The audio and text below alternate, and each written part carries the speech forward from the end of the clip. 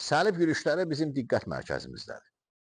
Və həbslərə qarşı mübarizə aparan, qəhrəmanlıqla mübarizə aparan müsəlman hökmdarları bizim dilimizin əzbəridir.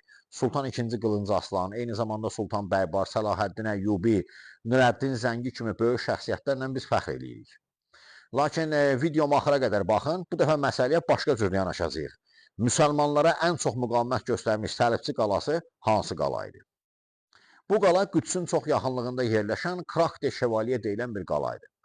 Əvvəllər Hələb əmirinə tabe idi. 1099-cu ildə Səlibçilər Qüdsə yaxınlaşarkən həmin qalanı mühasirə elədilər və uzun döyüşdən sonra aldılar. 1142-ci ildə həmin qala Səlibçilər tərəfindən Qospitalyerlər ordeninə verildi. Bəzilərinə görə pulla satdılar, bəzi məlumatlara görə özləri verdilər. Və ordenin məqsədi Qüdsə gələn hücumların qarşısına bu qaladan nəzarət etmək idi. Onlar da qalanı tam yenidən qurdular, möhtəşəm bir şey düzəltdilər və dəniz səviyyəsindən 650 metr yüksəklikdə düz qayanın üstündə möhtəşəm bir qala tikdilər. Müsəlmanlar 1163-cü ildən başlayaraq həmin qalaya dalbadal müharibələr etməyə başladılar və ümumilikdə ilk ona hücum edən Nurəddin Zəngi oldu.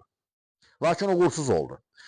Sonunda 1271-ci ildə həmin qala Sultan Bəybars tərəfindən hiylə ilə Səlibçilərdən alındı.